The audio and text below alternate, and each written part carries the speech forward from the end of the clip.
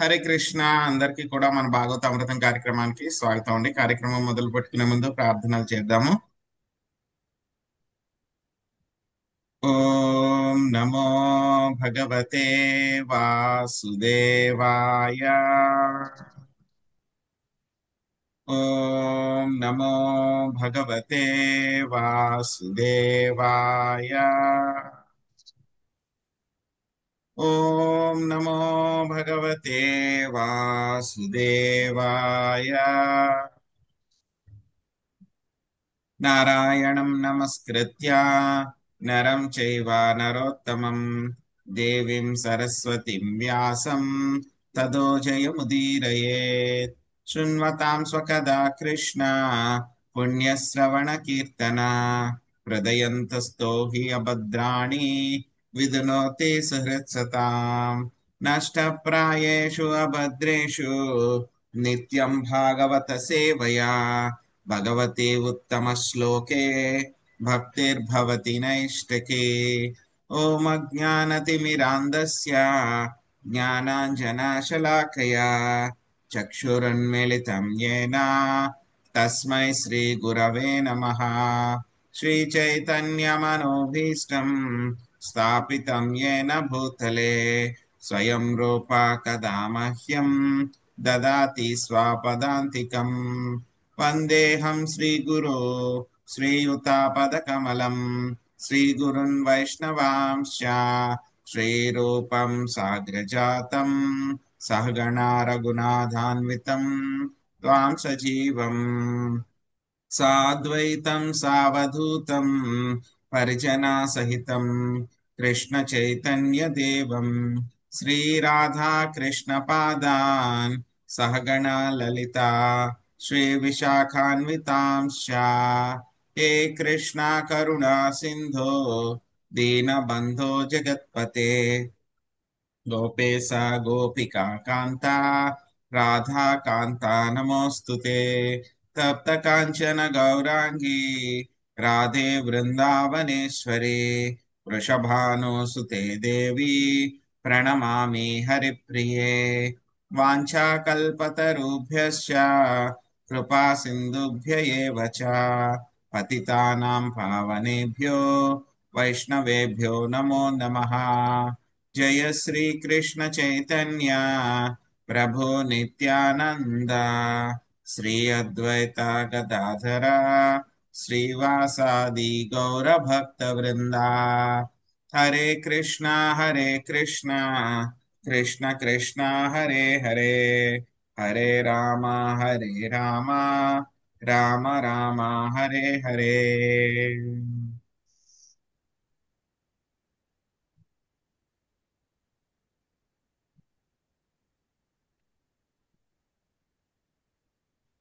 Hare Krishna. So Hare ఈరోజు కృష్ణ ప్రభుజీ దండవత్ ప్రణామాలు.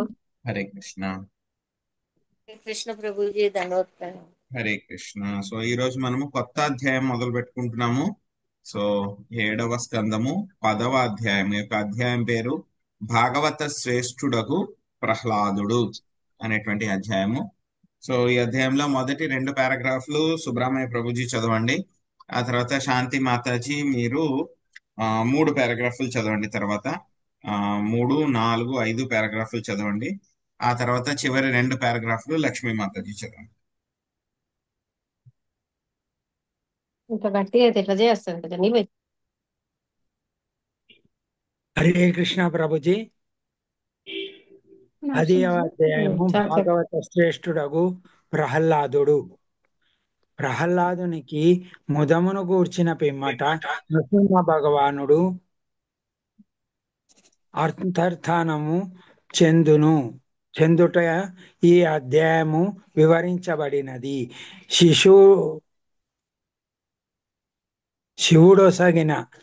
శివుడొసగిన వరదానముల విషయం కూడా వర్ణితమైనది.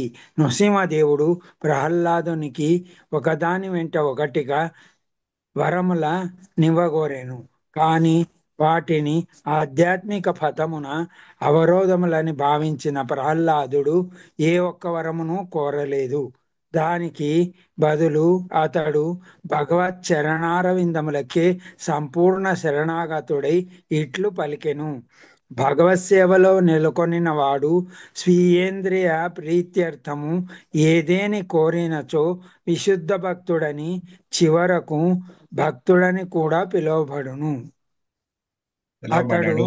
ఇచ్చిపుచ్చు- మత హరే కృష్ణ. పిలవబడడు మా ప్రభుజీ. పిలవబడడు అని ప్రభుజీ. పిలువబడడు. అతడు ఇచ్చిపుచ్చుకునే కార్యములో నెలకొనినట్టి వ్యాపారియే. అదే విధముగా సేవకుని నుండి సేవను బడిసిన పిమ్మట అతనిని ప్రసన్నుని చేయగోరెడి యజమాని కూడా నిజమైన యజమాని కాడు. కనుకనే భక్త ప్రహ్లాదుడు భగవంతుని ఏదీనూ కోరలేదు. భగవంతుడు ఏదేని వరమునివ్వగోరినచో విషయవాంఛల కొరకు తానెట్టి వరములను కోరనట్లుగా ఆశ్వాసము ఒసగవలెనని అతడు పలికెను. భక్తి ఫలముగా కామవాంఛను ఓరుట అతి ప్రబలముగా నుండును. కామవాంఛ చెలరేగినంతనే మనుజుని ఇంద్రియములు, మనస్సు, ప్రాణము, ఆత్మ, ధర్మము, ధైర్యము, బుద్ధి, సిగ్గు, సౌందర్యము, బలము, స్మృతి, సత్యసంధత అన్నీను నశింపగలవు. మనస్సులో ఎటువంటి విషయవాంఛలు లేనప్పుడే మనుజుడు అనన్య భక్తిని వనరించగలడు. హరే కృష్ణ ప్రభుజీ. హరే కృష్ణ. ప్రహ్లాదుని విశుద్ధ భక్తికి దేవదేవుడు మిగుల ప్రసన్నుడై అతడు ఈ జగత్తులో సుఖముగా జీవించి తదనంతరము వైకుంఠమునకు రాగలడని వరమునిచ్చెను. మన్వంతరము చివరి వరకు అతడు రాజ్యము నేలగలడనియు, భౌతిక జగత్తులో ఉన్నప్పటికీ భగవన్ మహిమలను వినుటకు అవకాశమును బడయగలడనియు, విశుద్ధ భక్తితో సేవించుచు భగవంతుని పైననే పూర్తిగా ఆధారపడగలడనియు నృసింహదేవుడు వరమును ఒసగెను.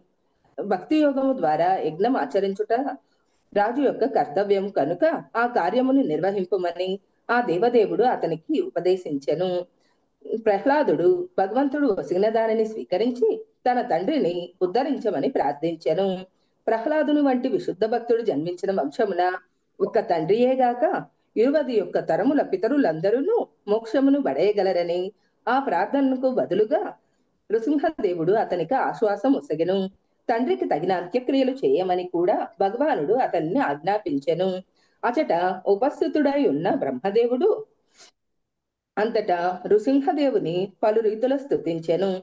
ప్రహ్లాదునికి వరదానం ఒసగినందుకు అతడు కృతజ్ఞతను తెలిపెను. హిరణ్యకశిపునికి ఒసగినట్లుగా అసురులకు వరములను ఇవ్వరాదనియు, అట్టి వరములు వారిని హద్దు మీరునట్లుగా చేయుననియు భగవానుడు బ్రహ్మకు ఉపదేశించి అంతర్హితుడయ్యను. అదే రోజు బ్రహ్మ, శుక్రాచార్యులు ప్రహ్లాదుని రాజ్యాభిషిక్తుని కావించిరి. హరే కృష్ణ ప్రభుజీ. హరే కృష్ణ ప్రభుజీ. ఆ విధముగా నారదముని ప్రహ్లాద చరిత్రమును ధర్మరాజునకు వర్ణించి చెప్పి, ఆపై శ్రీరామచంద్రునిచే జరిగిన రావణ సంహారమును, ద్వాపరయుగమునందు శిశుపాల దంతభక్తుల సంహారమును వివరించెను. కానీ శిశుపాలుడు మాత్రము భగవంతుని యందు లీనమై సాయుధ్యముక్తిని బడసెను. దేవదేవుడగు శ్రీకృష్ణుడు పాండవులకు పరమ హితైషి మిత్రుడునై దాదాపు ఎల్లప్పుడూ వారి ఇంటనే నిలిచి ఉండేడి కారణమున నారదముని ధర్మరాజును ప్రశంసించెను. ఆ విధముగా పాండవుల అదృష్టము ప్రహ్లాదుని కన్నను మహోన్నతమై ఉన్నది. అసురుల కొరకై మయదానవుడు త్రిపురములను నిర్మించిన వైనమును నారదముని పిమ్మట వివరించెను. అందువలన అసురులు మిగులు శక్తిమంతులై దేవతలను ఓడించిరి. దాని కారణమున రుద్రుడు ఆ త్రిపురములను ధ్వంసము కావించి త్రిపురారి అని ప్రసిద్ధికెక్కెను. దానిచే అతడు సమస్త దేవతలచే ప్రశంసితుడై పూజలనందెను. ఈ కథావర్ణనము ప్రస్తుతాధ్యాయము చివరన వచ్చును. హరే కృష్ణ ప్రభుజీ. దండవత్ప్రణామం. శ్రీనారదుంవాచ భక్తి యోగస్య తత్సర్వమంతరాయతాయార్భకః మన్యమానో హృషీకేశం స్మయామానావువాచః. లక్ష్మీదేవి మాతాజీ అనువాదం భాషించదండి. ఎం లక్ష్మీదేవి మాతాజీ. కృష్ణ ప్రభుజీ దండోత్ ప్రణామాలు.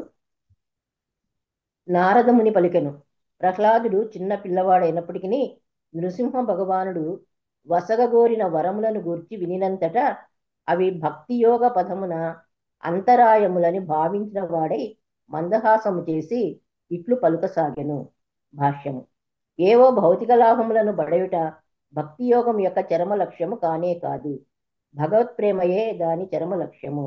కనుకనే ప్రహ్లాదుడు, ధ్రువుడు, అంబరీషుడు, ధర్మరాజు వంటి భక్తులైన రాజులు భౌతికముగా అత్యంత సంపన్నులైనప్పటికీ ఆ ఐశ్వర్యమును తమ ఇంద్రియ ప్రీత్యర్థము కాక భగవత్ సేవ కొరకు స్వీకరించి ఉండిరి.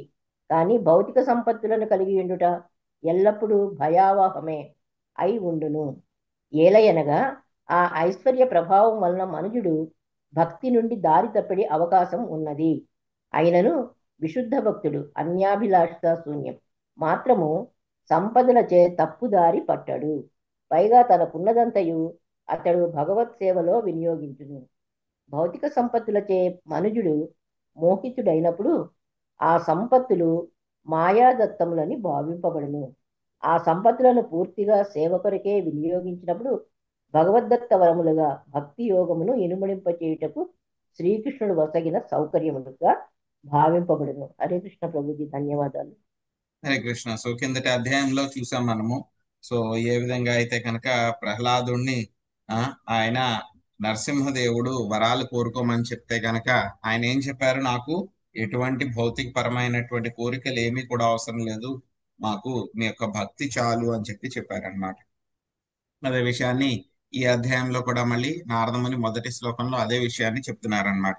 చిన్నపిల్లవాడైనా సరే ఆయన నరసింహదేవుడు ఆయన వరాలు ఇస్తాను అని అంటే కనుక ప్రహ్లాదుడు అవి విని వెంటనే మామూలుగా వరాలు ఏవైతే గనక భౌతిక పరమైనటువంటి వరాలు ఏవైతే ఉన్నాయో అవన్నీ కూడా ఏమిటి, భక్తి యోగానికి అంతరాయాలను భావించి కొంచెం నవ్వి ఆయన ప్రహ్లాదుడు ఈ విధంగా చెప్పడం మొదలు పెట్టారనమాట.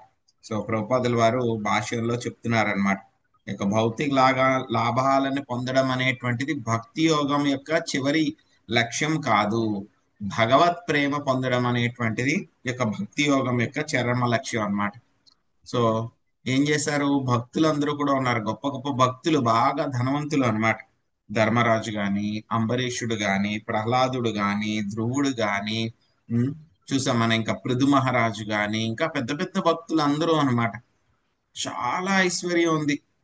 అటువంటి వాళ్ళందరూ కూడా ఏం చేశారు, వాటిలన్నిటిని కూడా ఎందుకోసం స్వీకరించారు, వాళ్ళందరూ కూడాను భగవంతుడి యొక్క సేవ కోసం మాత్రమే వాళ్ళు స్వీకరించారనమాట. కానీ ఏంటంటే కనుక యొక్క భౌతిక సుఖాలు ఎక్కువైపోతే కనుక ఏమైపోతుంది, ఒక్కొక్కసారి మనకి ఈ యొక్క భక్తి యోగం నుంచి దారి తప్పే అవకాశాలు ఉన్నాయన్నమాట.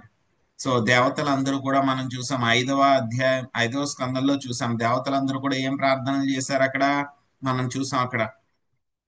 సో ఇక్కడ మాకు సుఖాలు బాగా ఎక్కువైపోయినాయి, సో భక్తి చేయడానికి మాకు అస్సలు కుదరట్లేదు. కానీ ఎవరైతే గనక భరతవర్షంలో భరతఖండంలో ఉన్నారో వాళ్ళందరికీ కూడా ఏమిటి, సుఖాలు కష్టాలు రెండు కూడా సమానంగా ఉన్నాయి కాబట్టి వాళ్ళు చక్కగా భక్తి చేసుకోగలుగుతున్నారు.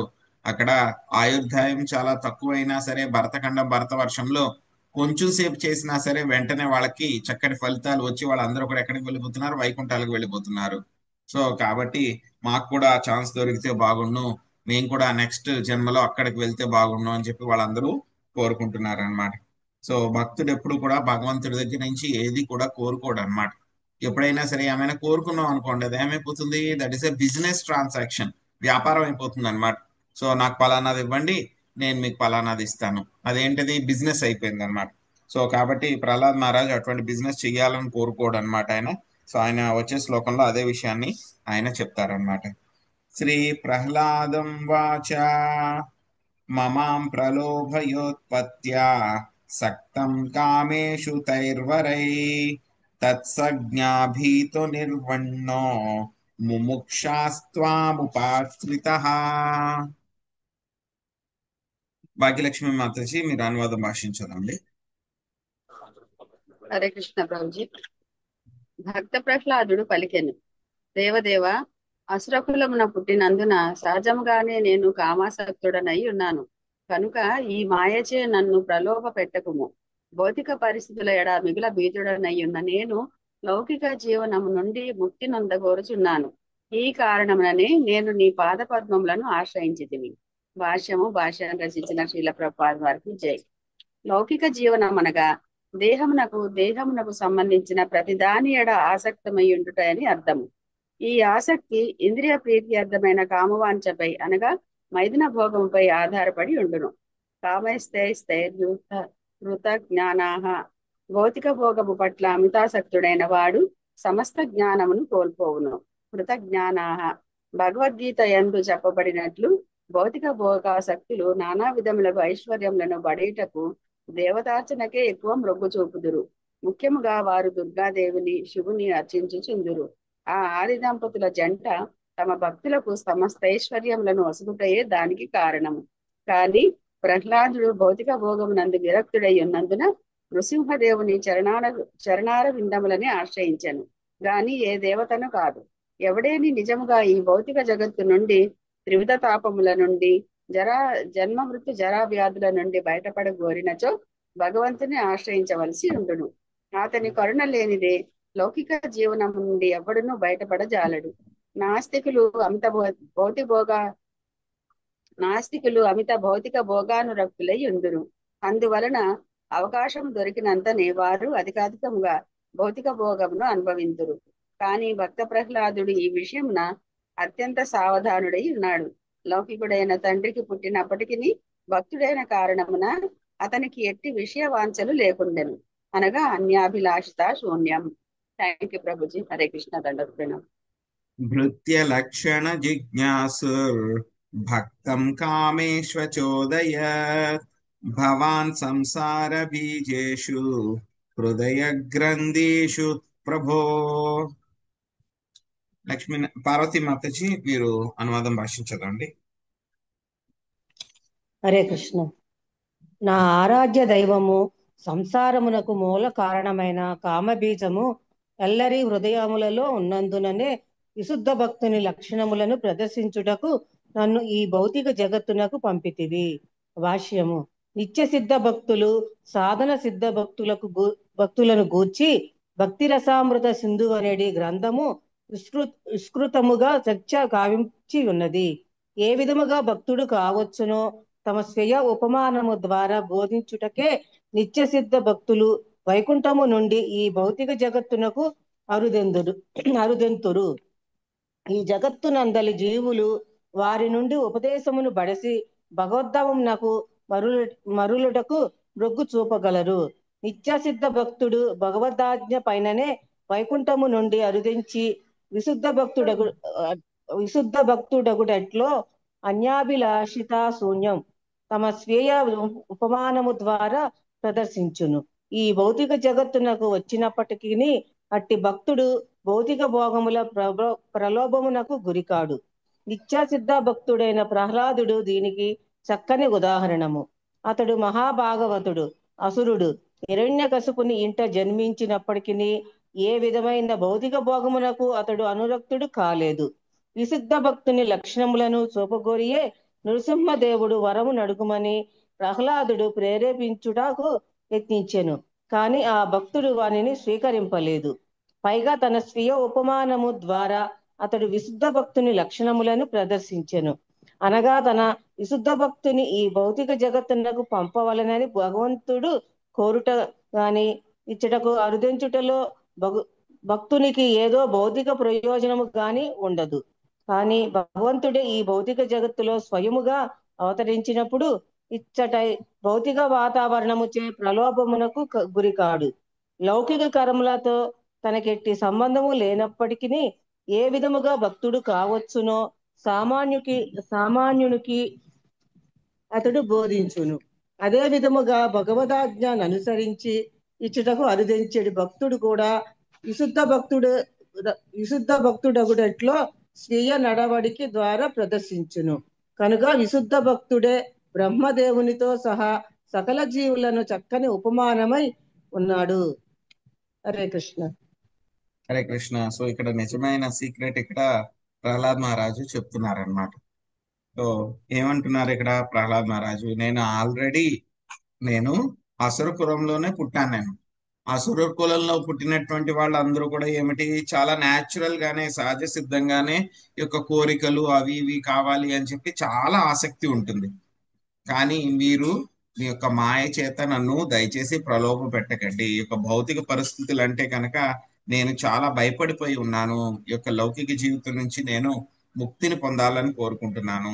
అందుకే నేను ఏం చేశాను, మీ యొక్క పాద పద్మాల్ని నేను ఆశ్రయించాను అని చెప్పి చెప్తున్నారనమాట. సో ప్రహ్లాద్ మహారాజ్కి ఆయన హిరణ్యకశిపుడి యొక్క సంతానం అయినా సరే, ఎంతో నీకు ఏం కావాలన్నా ఇస్తాను అని చెప్పి భగవంతుడు అడిగినా సరే ఆయన ఏం చెప్తున్నారు ఇక్కడ, నాకు ఎటువంటి దేహానికి సంబంధించినటువంటి కోరికలు కానీ సంతోషాలు కానీ ఏమీ కూడా వద్దు, నాకు అవన్నీ కూడా వద్దు. అవి ఏం చేస్తాయి, ఇక్కడ నన్ను చిక్కుపోయేలాగా చేస్తాయి. సో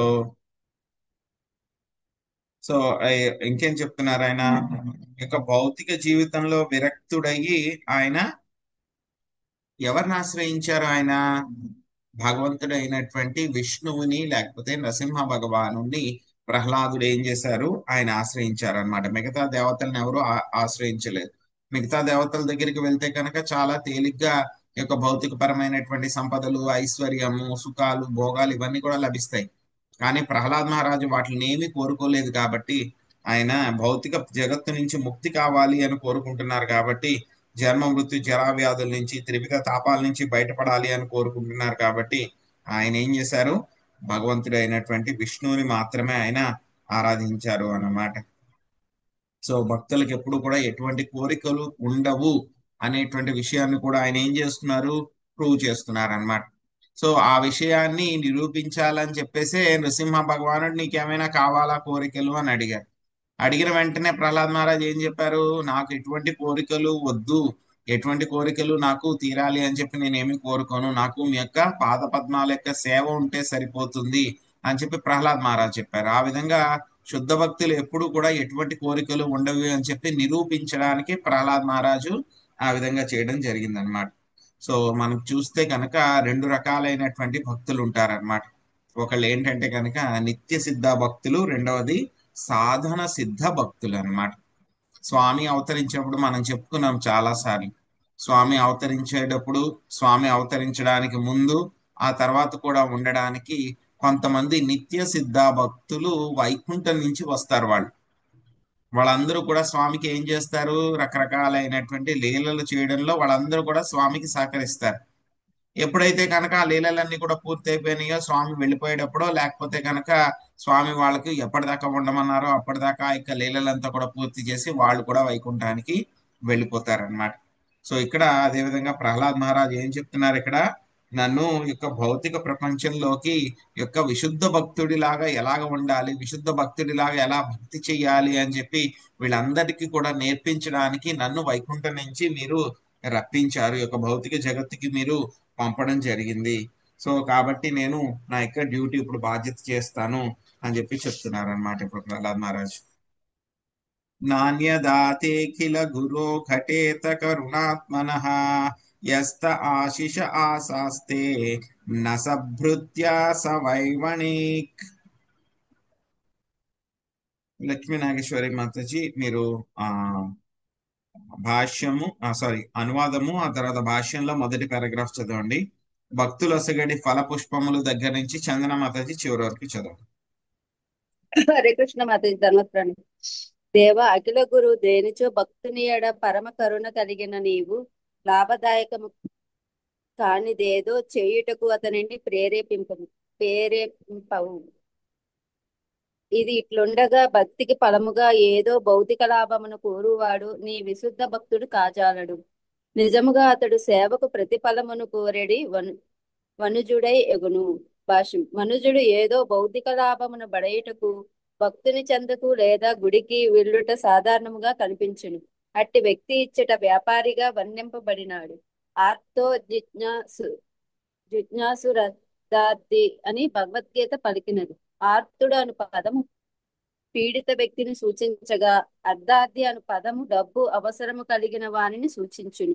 అట్టి వారు తమ దుఃఖము తొలగుటకు లేదా ధనమును బడయుటకు భగవంతుని చెంతకు చేరుచుందురు. వారు సుకృతివంతులని వర్ణింపబడినది. వర్ణింపబడిరి. ఏలయన తమకు కలిగిన దుఃఖము వలన లేదా డబ్బు అవసరము వలన వారు భగవంతుణ్ణి ఆశ్రయించిరి. మనిషి పుణ్యాత్ముడు కానిదే భగవంతుని చెంతకు చేరజాలడు.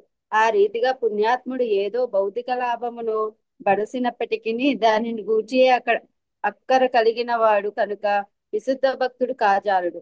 విశుద్ధ భక్తుని భౌతిక సంపదలు లభించినప్పుడు అది అతని పుణ్యము వలన గాక భగవత్సేవ వలన అయి ఉండును. భక్తి యోగమును నెలకొనినప్పుడు మనుజుడు సహజముగానే పుణ్యాత్ముడు పవిత్రుడు అగును. కనుకనే విశుద్ధ భక్తుడు అన్యాభిలాషిత శూన్యం అయి ఉండును. అతనికి ఎట్టి భౌతిక లాభాపేక్ష ఉండదు. భౌతిక లాభము నాకే ప్రయత్నించుమని భగవంతుడు అతనిని ప్రేరేపింపడు. అతనికి ఏదైనా అవసరము పడినప్పుడు భగవానుడే దానిని అందజేయును. యోగక్షేమం మహా వహామ్యహం. హరే కృష్ణ. హరే కృష్ణ. హరే కృష్ణ ప్రభుజీ. ధన్యవాద ప్రణామాలు.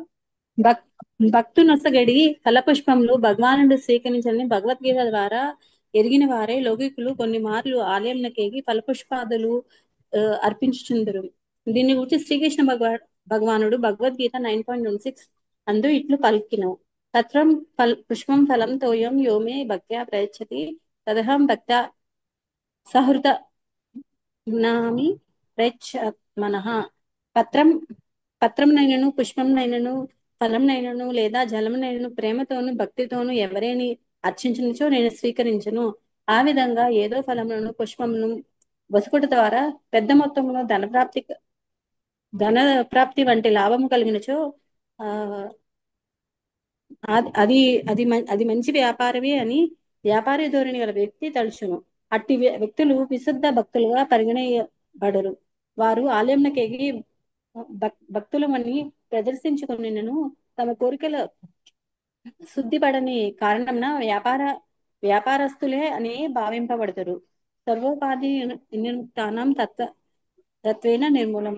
భౌతిక వాంఛల నుండి పూర్తిగా పడినప్పుడే మనుజుడు పవిత్రుడు కాగలడు. అటువంటి పవిత్ర స్థితి అందే అతడు భగవంతుని సేవించగలడు.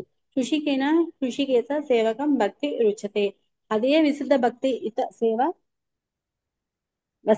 పరము. హరే కృష్ణ ప్రభు.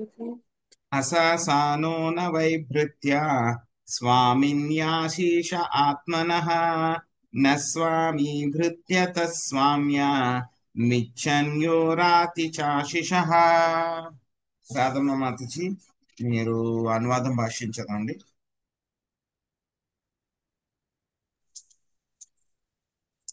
ప్రభువు నుండి భౌతిక లాభమును పొందగోరడి సేవకుడు నిక్కముగా యోగ్యుడికి సేవకుడు లేదా విశుద్ధ భక్తుడు కాడు. అదేవిధంగా ప్రభువుగా తన గౌరవనీయ స్థానమును నిలబెట్టుకుంటకు సేవకునికి వరములనిచ్చేవాడు కూడా ఉత్తమ ప్రభువు కాడు. భాష్యం. కామైస్తైస్తర్వృత్త జ్ఞాన ప్రపద్యంతే న్యదేవత. విషయవాంఛలచే మతి చెల్లించిన వాడు దేవతలకు శరణజొత్తురు అని భగవద్గీత 7.20 తెలుపబడినది. దేవతలు ప్రభువులు కాజాలరు. ఏలయనగా నిజమైన ప్రభువు శ్రీకృష్ణ భగవానుడే. కానీ తమ గౌరవనీయ స్థానములను నిలబెట్టుకుంటకు దేవతలు తమను ఉపాసించు వారులకు కోరిన వరములు నిచ్చుచుందురు. ఉదాహరణకు పూర్వం ఒక రాక్షసుడు తానెవరినెత్తిన చేయబెడితే వారు మరణించినట్లుగా శివుని నుండి వరమును బడిసి ఉండేది. అటువంటి వరములను బడయుట దేవతల నుండి సాధ్యపడును. కానీ దేవదేవుని అర్చించినచో అట్టి నిందనీయమైన వరములనెన్నెన్నో వసగపోడు. పైగా యస్యాహ మనుగృహ్లామి హరిష్యే తద్దనం శనై అని భాగవతము 10.88.8 నందే చెప్పబడినది. మనుజుడు మహాలౌకికుడై ఉండి అదే సమయమైన భగవద్భక్తుడు కాగోరినచో పరమకరుణతో భగవానుడు అతని సంపత్తులనన్నింటినీ హరించి విశుద్ధ భక్తిని కావించుచు భక్త ప్రహ్లాదుడు ఇచ్చట విశుద్ధ భక్తిని గూర్చి విశుద్ధ ప్రభువును గూర్చి తెలుపుచున్నాడు. భగవానుడే విశుద్ధ ప్రభువు, పరమ ప్రభువు. భౌతిక వాంఛలు లేనట్టి విశుద్ధ భక్తుడే నిజమైన సేవకుడు. విషయవాంఛలు కలిగిన వాడు ఉత్తమ సేవకుడు కాజాలడు. అట్లే తమ గౌరవనీయ స్థానమును నిలబెట్టుకుంటకు సేవకునికి అనవసరంగా వరములనిచ్చువాడు నిజమైన ప్రభువు కాజాడు. హరే కృష్ణ. థ్యాంక్ యూ ప్రభు. హరే కృష్ణ. సో ఈ రెండు శ్లోకాల్లో కూడా నిజమైనటువంటి మాస్టర్ యజమాని ఎవరు, నిజమైనటువంటి సేవకుడు ఎవరు అనేటువంటి విషయాల్ని ప్రహ్లాద్ మహారాజ్ మనకి రెండు శ్లోకాల్లో కూడా చర్చిస్తున్నారన్నమాట. సో 4వ శ్లోకంలో ఏం చెప్తున్నారు? నేను బిజినెస్ మ్యాన్, వాణిజ్యుడిని కాదు నేను.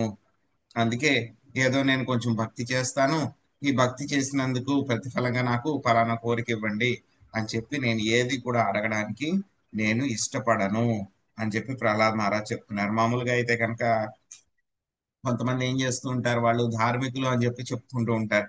ఏదో గుడికి వెళ్ళి ఏదో దేవతల్ని అర్చించి వాళ్ళని రకరకాల కోరికలు కోరి అవి పొంది వాటితోటి వాళ్ళ యొక్క కామాన్ని తీర్చుకోవడానికి, కోరికలను తీర్చుకోవడానికి వాళ్ళు ప్రయత్నిస్తూ ఉంటారన్నమాట. కానీ ఏమవుతుంది, అటువంటి వాళ్ళిద్దరి మధ్య కూడా జరిగేటువంటి ఆ యొక్క లావాదేవీ ఎలా ఉంటుంది? బిజినెస్ అన్నమాట. నాకు ఇస్తే కనుక నేను ఇస్తాను, నాకు ఇస్తే నేను ఇస్తూ ఉంటాను. అంటే గివ్ అండ్ టేక్, ఇచ్చుకోవడం పుచ్చుకోవడం అన్నమాట. అది నిజమైనటువంటి సంబంధం కాదు అన్నమాట. గివ్ అండ్ టేక్ ఎప్పటిదాకా ఉంటుంది అటువంటి సంబంధము? వీళ్ళు ఇస్తున్నారు, ఆయన ప్రతిఫలంగా ఏదో ఒకటి ఇచ్చేస్తున్నాడు. ఇచ్చేస్తే కనుక అక్కడితో ఏమైపోతుంది? ఆ యొక్క సంబంధం పూర్తయిపోతుంది, ఆ ట్రాన్సాక్షన్ కంప్లీట్ అయిపోతుంది. మళ్ళీ కొత్తది ఏమన్నా, మళ్ళీ ఇంకో కోరిక కావాలంటే కనుక మళ్ళీ ఇంకొకసారి వెళ్తారు, మళ్ళీ ఇంకొకసారి ఏదో ఒకటి చేస్తారు, మళ్ళీ ఇంకొక రిజల్ట్ వస్తుంది. అప్పటితో మళ్ళీ ఆ యొక్క సంబంధం పూర్తయిపోతుంది అన్నమాట. సో ఇటువంటి సంబంధం ఏమిటి? వాణిజ్యుడి యొక్క సంబంధము.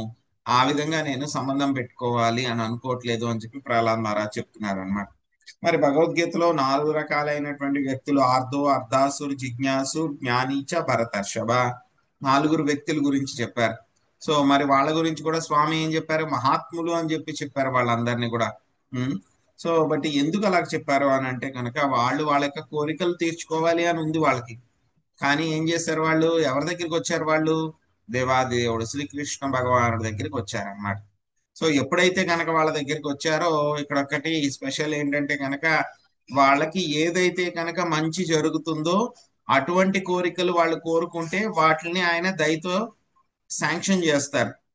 వాళ్ళకి ఆ కోరిక ఇవ్వడం మూలంగా, లేకపోతే ఆ ప్రతిఫలం ఇవ్వడం మూలంగా, ఆ ధనం ఇవ్వడం మూలంగా వాళ్ళు చెడిపోతారు, లేకపోతే వాళ్ళకి మంచిది కాదు అని చెప్పి ఏ మాత్రం అనిపించినా సరే స్వామి వాళ్ళకి ఆ యొక్క కోరికల్ని తీర్చరు. ఎలా అంటే కనుక ఒక ఎగ్జాంపుల్, ఒక చేపలు పట్టేవాడు ఉన్నాడు అనుకోండి. చేపలు పట్టేవాడు కృష్ణుడి దగ్గరికి వెళ్ళి, ఆ చేపలు పట్టేవాడికి ఏం కోరిక ఉంటుంది? నేను వెళ్తే గనక పెద్ద పెద్ద చేపలు దొరకాలి నాకు, లేకపోతే చాలా చేపలు దొరకాలి. చేపలు దొరికితే ఏమవుతుంది? నేను వాటిని నమ్ముకుని గోల్డ్ ధనం సంపాదిస్తాను, నా పొట్ట గడుస్తుంది అని చెప్పేసి అటువంటి వాళ్ళు కృష్ణుడి దగ్గరికి వచ్చి నాకు చేపలు బాగా పడాలి, నేను వలేసిన వెంటనే పెద్ద పెద్ద చేపలు పడిపోవాలి అని చెప్పి కోరుకున్నారు అనుకోండి. అప్పుడు కృష్ణుడు శాంక్షన్ చేస్తారా వాటిని? ఆయన చెయ్యరు, శాంక్షన్ చేయరు. ఎందుకు చేయరు అని అంటే కనుక ఆ చేపలను పట్టుకున్నాడు అనుకోండి, వాటిని చంపేస్తాడు కాబట్టి ఎంతో కర్మ వస్తుంది, బ్యాడ్ కర్మ, పాపం వస్తుంది. అప్పుడు ఆ కర్మను తీసుకుంటే కనుక ఏమిటి? ఇక భౌతిక ప్రపంచంలో బతుకున్నప్పుడైనా అనుభవించాలి, లేకపోతే కనుక యమధర్మరాజు దగ్గరికి వెళ్ళినా సరే అనుభవించాలి. ఇంకోటి ఏంటి? వాడు వేరే జీవుల్ని చంపాలి అని చెప్పి కోరుతున్నాడు వాడు. సో కాబట్టి ఆ జీవులకు కూడా వాళ్ళ యొక్క న్యాచురల్ గా ఏదైతే కనుక అవి ఆ యొక్క జంతు ప్రపంచంలో ఒక స్థాయి నుంచి ఇంకొక స్థాయికి వెళ్తున్నారో అది కూడా వాటికి ఏమవుతుంది? అడ్డంకం అవుతుంది అన్నమాట. సో కాబట్టి కృష్ణుడి దగ్గరికి వచ్చి ఎవరైనా అటువంటి కోరికలను అడిగారు అనుకోండి, ఖచ్చితంగా ఆయన తీర్చరు.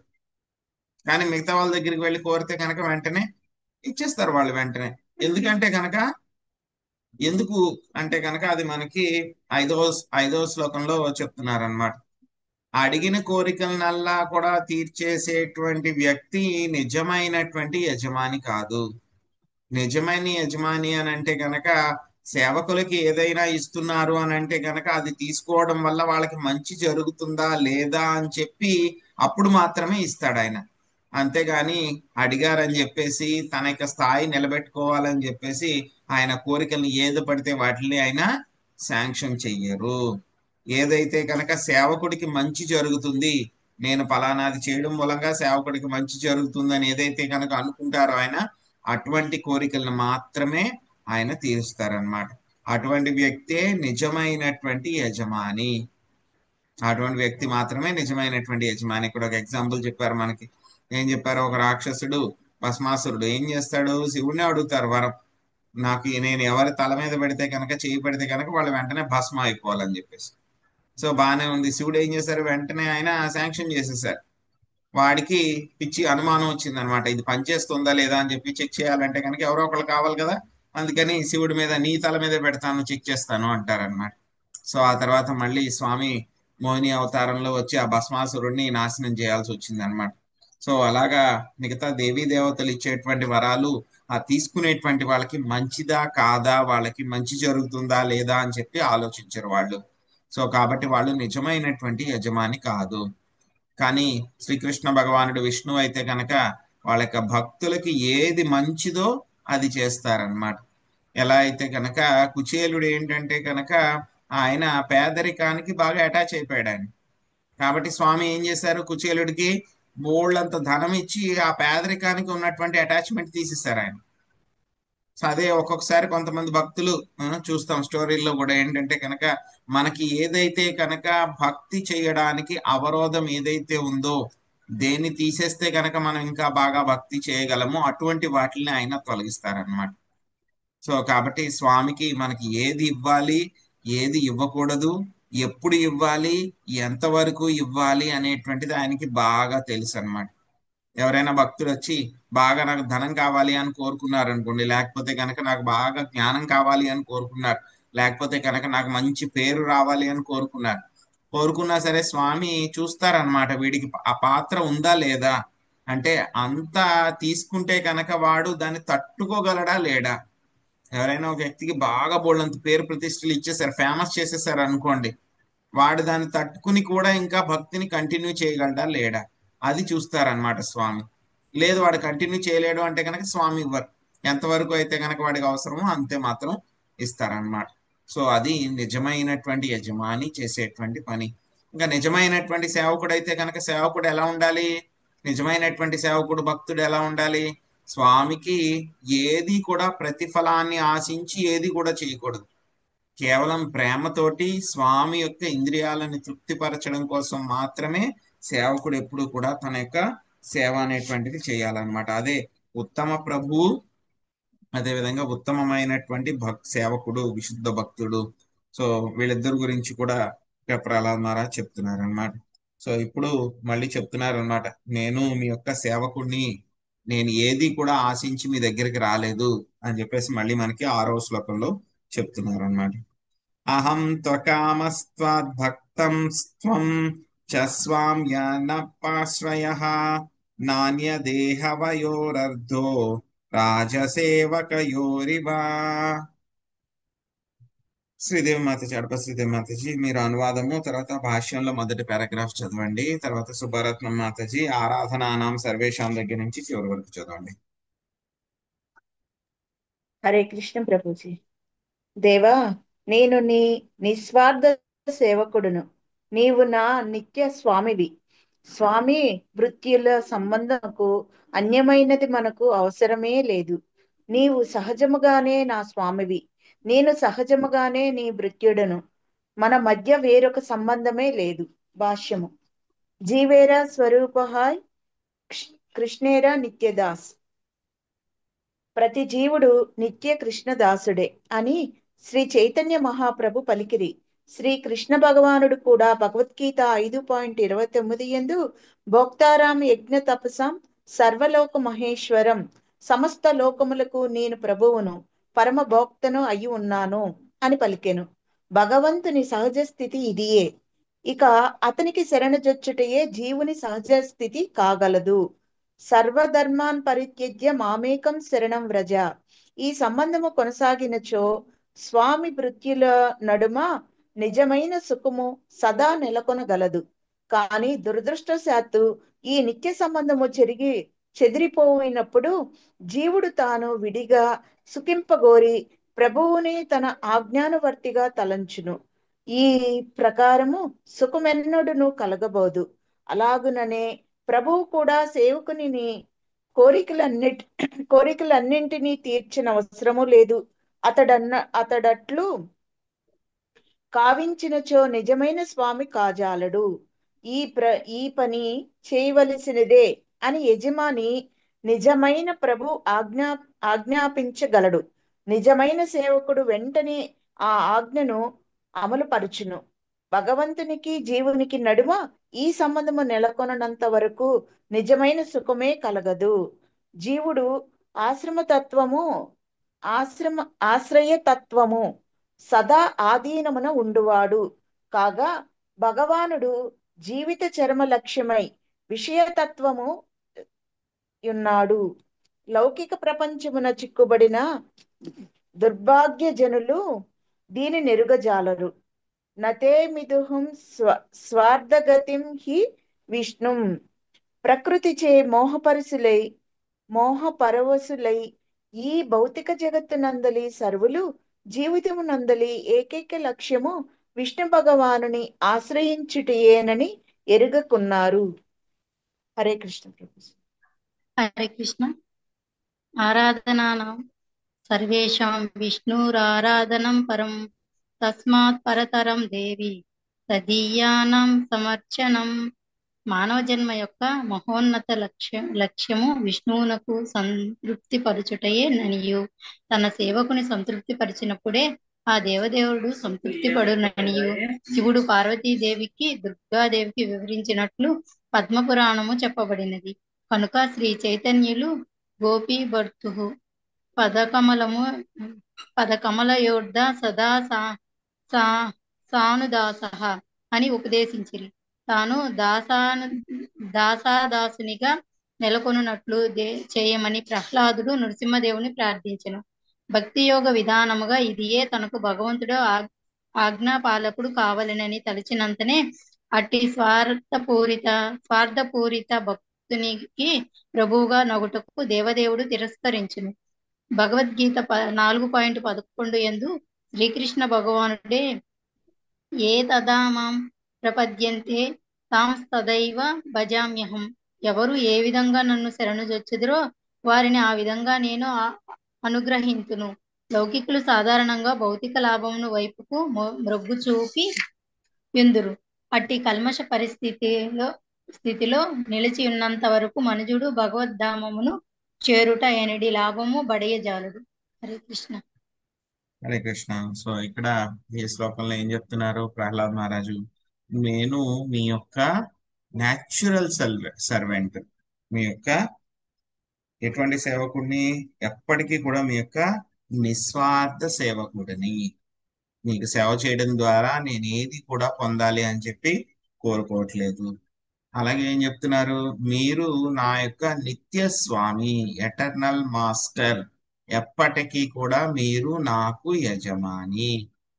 మీరు నా యొక్క యజమాని, ఎప్పటికీ కూడా నా యొక్క యజమాని.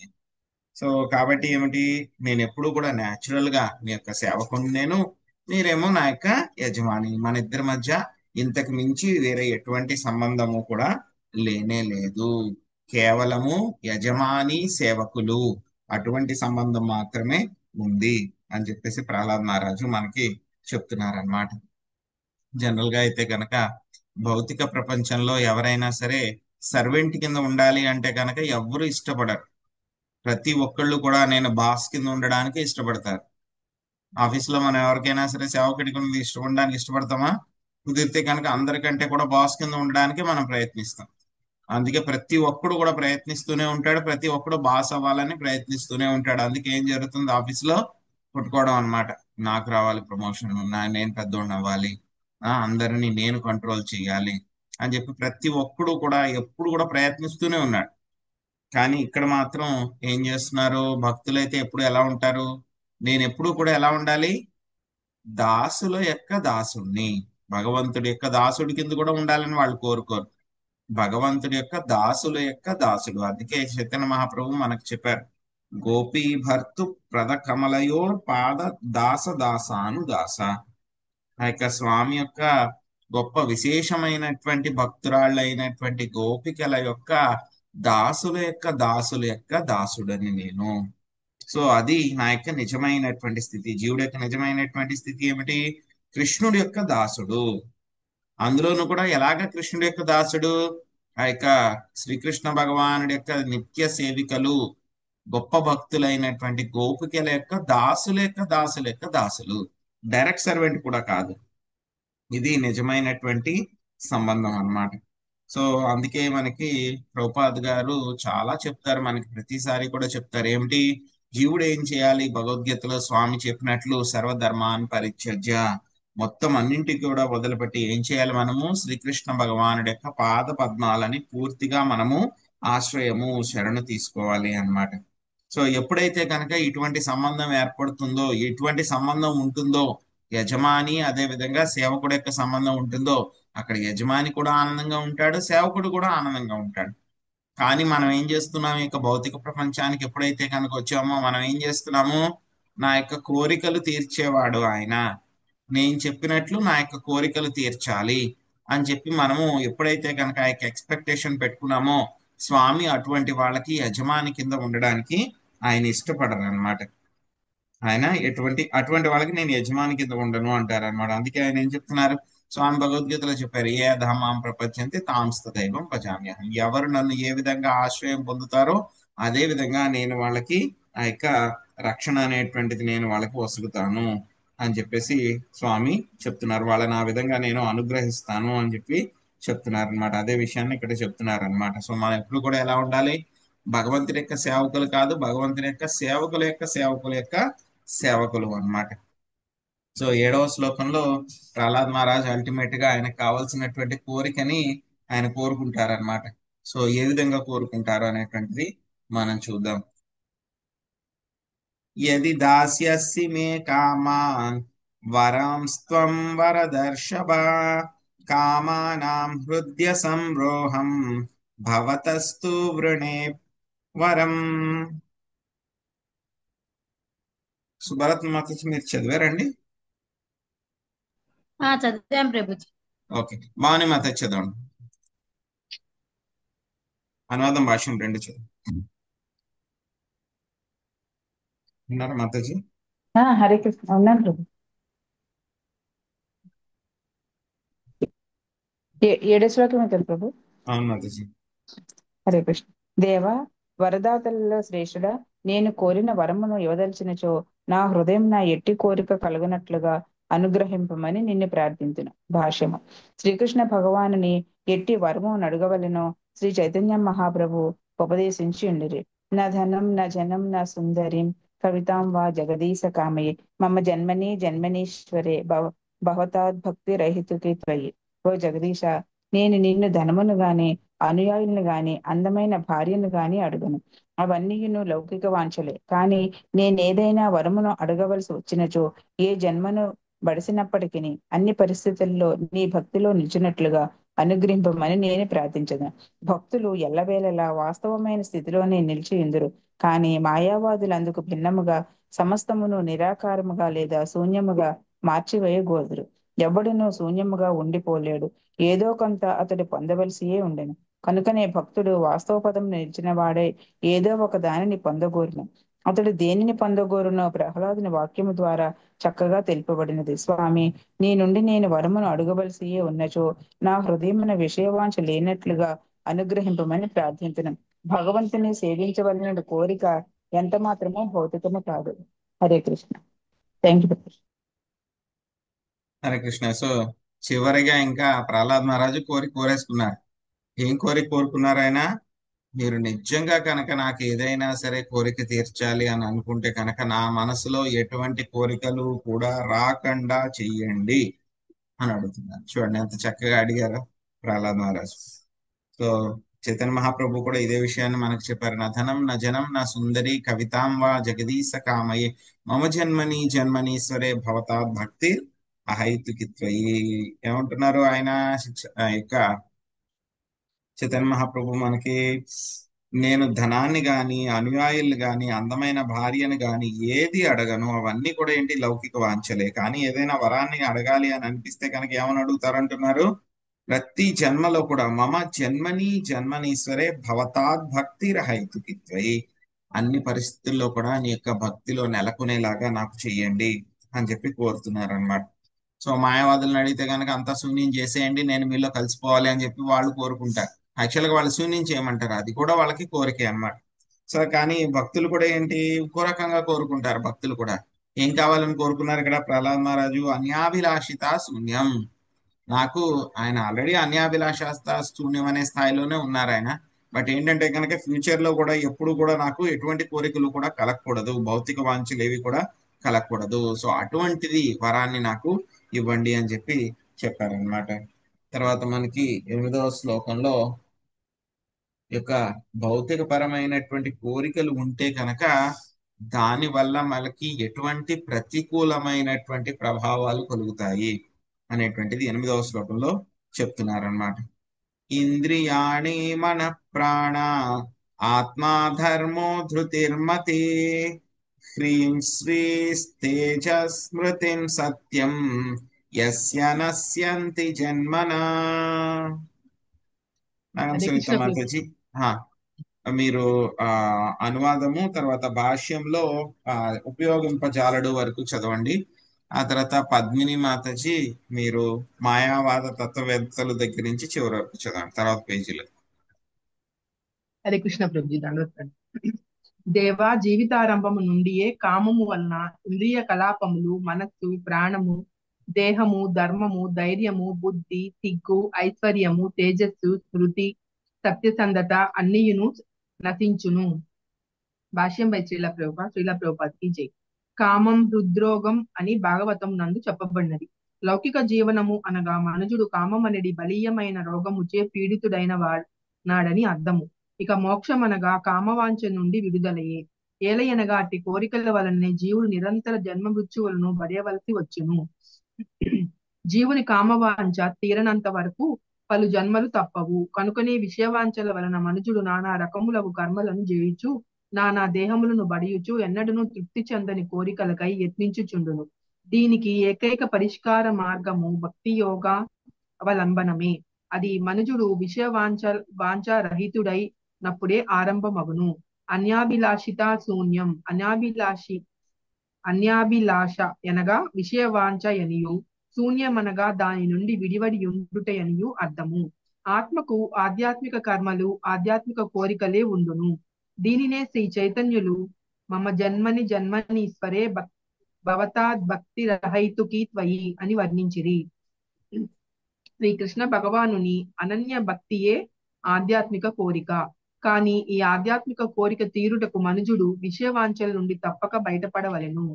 నిష్కామమనగా భౌతిక వాంఛల నుండి దూరమగుటయే అర్థము. దీనిని శ్రీల రూప గోస్వామి అన్యాభిలాషిత శూన్యం అని వర్ణించిరి. మనిషికి విషయవాంఛల కలిగినంతనే ఆధ్యాత్మిక ఉనికిని కోల్పోవును. అప్పుడు ఇంద్రియములు, దేహము, ధర్మము, ధైర్యము, బుద్ధితో పాటు జీవితమునందరి సమస్తము మూల కృష్ణ భక్తి భావనకు దూరమగును. విషయవాంఛలు కలిగినంతట మనుజుడు తన ఇంద్రియములను, బుద్ధిని, మనస్సును భగవత్ ప్రీత్యర్థము సరిగా ఉపయోగింపజాలడు. అక్కడి వరకేనా ప్రభుజీ? అంతే మాతాజీ. హరే కృష్ణ ప్రభుజీ. మాయావేద తత్వేతలు నిరాకారులు మనో ఇంద్రియ రహితులు కాగోరుదురు. కానీ అది అసాధ్యము. జీవుడున్నచో జీవం కలవాడు, సదా కోరికలతో కూడి ఉన్నవాడు, ఆశలు కలవాడే ఉండవలను. కానీ ఇవన్నీ పవిత్రమైనప్పుడు మనుషుడు ఆధ్యాత్మిక కోరికను కలిగి ఉండగలడు. భౌతిక కలుషం లేకుండా ఆధ్యాత్మిక ఆశలను కూడి ఉండగలడు. ప్రతి జీవిని యందు ఇటువంటి ప్రవృత్తులు తప్పనిసరిగా ఉండును. కానీ అతడు భౌతికంగా కలుషితుడైనప్పుడు భౌతిక క్లేశములకు జన్మ, మృత్యు, జర, వ్యాధులు గురి చేయబడును. ఎవడేని నిరంతర జన్మ మృత్యులను ఆపగోరినచో కృష్ణ భక్తి చేపట్టవలను. సర్వోపాధి వినిర్ముక్తం తత్పరత్వేన నిర్మలం వృషికేశ సేవనం భక్తి రుచ్యతే. ఇంద్రియములన్నిటినీ ఇంద్రియాధీశుడు శ్రీకృష్ణుని సేవలో నిలుపుటయే భక్తి. కృష్ణ సేవలో నిలిచినప్పుడు మనుజుడు భౌతిక ఉపాధి నుండి బయటపడుట మరియు ఇంద్రియములను పవిత్రమగుట అనేది 2 ఫలములు పడేయగలడు. హరికృష్ణ ప్రభుజీ. దండోత్ప్రణం. ఈ యొక్క శ్లోకంలో చాలా చక్కగా చెప్తున్నారు అన్నమాట. ఎందుకు మనకి యొక్క భౌతిక పరమైనటువంటి కోరికలు మనకి ఉండకూడదు, ఉంటే కనుక ఏం జరుగుతుంది అనేటువంటి విషయాలు మనకి ప్రహ్లాద్ మహారాజ్ చాలా చక్కగా చెప్తున్నారు. సో ఎప్పుడైతే కనుక జీవిత ఆరంభంలోనే ఈ యొక్క కామము ఉండడం వలన ఏమవుతుంది, ఇంద్రియాల యొక్క పనులు, మనస్సు, ప్రాణం, దేహం, ధర్మం, ధైర్యం, బుద్ధి, సిగ్గు, ఐశ్వర్యం, తేజస్సు, స్మృతి, సత్యసంధత అన్ని కూడా నశిస్తాయి ఎప్పుడైతే కనుక కోరికలు ఉన్నాయో. సో మనం చూస్తాం ఇక అజామిలా సెక్షన్ లో విష్ణుదూతలు వచ్చినప్పుడు వాళ్ళు కూడా అదే చెప్తారు. ఏమని చెప్తారు అక్కడ అక్కడ ఆ సెక్షన్ లో మళ్ళీ ఎవరు చెప్తారు మనకి ఆ సుఖదేవ్ గోస్వామి కూడా పరీక్షిత్ మహారాజ్కి అదే విషయాన్ని చెప్తారనమాట. ఈ యొక్క కోరికలు ఉన్నంత వరకు కోరికలను కోరికలు పొందాలి, కోరికలు సంతృప్తి పరుచుకోవాలి అని చెప్పేసి కామ్య కర్మలు చేసేంత వరకు కూడా జీవుడు ఈ యొక్క భౌతిక ప్రపంచంలోనే మళ్ళీ తిరుగుతూనే ఉండాలి, ఇక్కడ తిరుగుతూనే ఉండాలి. సో కాబట్టి ఈ యొక్క కోరికలు ఎప్పుడైతే గనక జీరో అవుతాయో అప్పుడు మాత్రమే మనము భగవద్ధామానికి వెళ్ళగలము. ఆ కోరికలను ఎవరు జీరో చేసుకోకుండా ఎవరు కూడా ఈ యొక్క భౌతిక ప్రపంచాన్ని వదిలిపెట్టి ఎవ్వరు కూడా వెళ్ళలేరు. ఎందుకంటే ఎప్పుడైతే కోరికలు ఉన్నాయో మనం ఏం చేస్తామో ఆ కోరికలను తీర్చుకోవడానికి ప్రయత్నిస్తే కనుక ఏమవుతుంది, మనం ఏదో ఒక పనులు చేయాలి, కర్మలు చేయాలి. ఆ కర్మలు చేయడానికి అవి ఒకసారి మనం మంచి కర్మలైనా చేస్తాము, లేకపోతే చెడ్డ కర్మలైనా చేస్తాము. సో ఎప్పుడైతే కనుక మన ఇంద్రియ తృప్తి కోసము మన మంచి పనులు కానీ పుణ్యకర్మాలు కానీ అదే విధంగా పాపకర్మలు కానీ చేస్తే కనుక ఏమవుతుంది, మనం వాటి యొక్క ఫలితాన్ని అనుభవించాల్సిందే.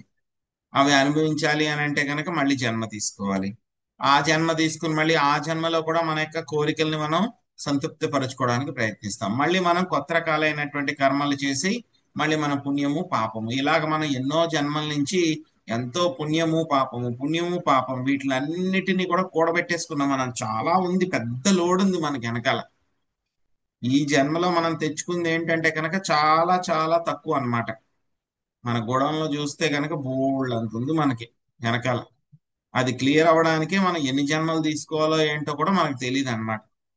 సో కాబట్టి మనము ఈ యొక్క కామవాంఛ తీరనంత వరకు కూడా మళ్ళీ మనం జన్మలు తీసుకుంటూ ఈ యొక్క జన్మ మృత్యు జరా వ్యాధి యొక్క బాధలన్నిటినీ కూడా మనం పడాల్సిందే. రకరకాల దేహాలన్నీ తీసుకుని యొక్క కోరికలను తీర్చుకోవడానికి మనం ప్రయత్నిస్తూనే ఉంటాం అన్నమాట. కాబట్టి దీని నుంచి యొక్క సైకిల్ ఏదైతే కనుక ఉందో దాని నుంచి బయటపడాలి అంటే కనుక భక్తి ఒక్కటే మనకి ఉపయోగపడుతుంది అన్నమాట. సో ఎప్పుడైతే కనుక మనం భక్తి చేస్తూ ఉంటామో చేసే కొద్దీ కూడా ఏమవుతుంది, మన వెనకాల పెద్ద పెద్ద లోడ్ ఉంది కదా, ఇక కర్మ లోడ్ ఉంది కదా మనకి. అప్రారబ్ధ ఫలం పాపం ఊటం బీజం ఫలోన్ముఖం.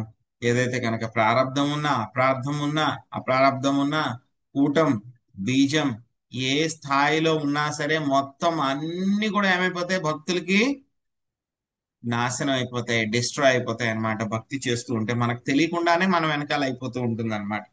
సో కాబట్టి అలా అయిపోతుంది. ఒకటి మన పాత లోడ్ మనం తీసేసుకోవాలి, డిస్ట్రాయ్ చేసుకోవాలి. రెండోది మనం కొత్తది మనం యాడ్ చేసుకోకూడదు. కొత్తది యాడ్ చేసుకోకుండా ఉండాలి అని అంటే కనుక మనం ఎలా ఉండాలి, ఏ స్థాయిలో ఉండాలి, అన్యాభిలాషిత శూన్యం. ఎటువంటి కొత్త కొత్త కోరికల్ని కూడా మనం పెట్టుకోకూడదు అనమాట. సో అప్పుడు ఏమవుతుంది, మళ్ళీ మనకి ఈ విధమైనటువంటి స్థాయిలో ఉంటే కనుక ఏమవుతుంది, మనకి మళ్ళీ మనము స్వామి యొక్క కానీ ఉండొచ్చు, మనకి కోరికలు ఉండొచ్చు. కానీ ఎటువంటి కోరికలు ఉండాలి మనకి, ఆధ్యాత్మిక పరమైనటువంటి కోరికలు ఉండాలి. సో ఈ రోజుకి నేను భగవంతుడికి ఈ విధంగా సేవ చేయాలి, ఈ రోజుకి నేను ఆయనకి ఈ విధమైనటువంటి వస్తువు పలానా భోగా వండి పెట్టాలి, సో ఈ రోజు నేను ఆయనకి చక్కగా అలంకరించాలి, లేకపోతే ఈ రోజు ఆయనకి సంతృప్తి కోసం నేను ఈ రోజు జపం చేయాలి. సో ఇటువంటి కోరికలు ఉండొచ్చు. మాయావాదులు అయితే కనుక ఏ కోరికలు కూడా ఉండకూడదు, మనము జడ పదార్థం కింద ఉండాలి, జీరో కింద ఉండాలి అని చెప్పి వాళ్ళు చెప్తూ ఉంటారు. కానీ అలాగే ఎవరికి కూడా ఉండడం ఎవరికి కూడా కుదరదు అనమాట. కానీ ఏంటంటే భక్తులు ఎలా ఉండాలి అని అనుకుంటారు, కోరికలు ఉంటాయి వాళ్ళకి భక్తులకి.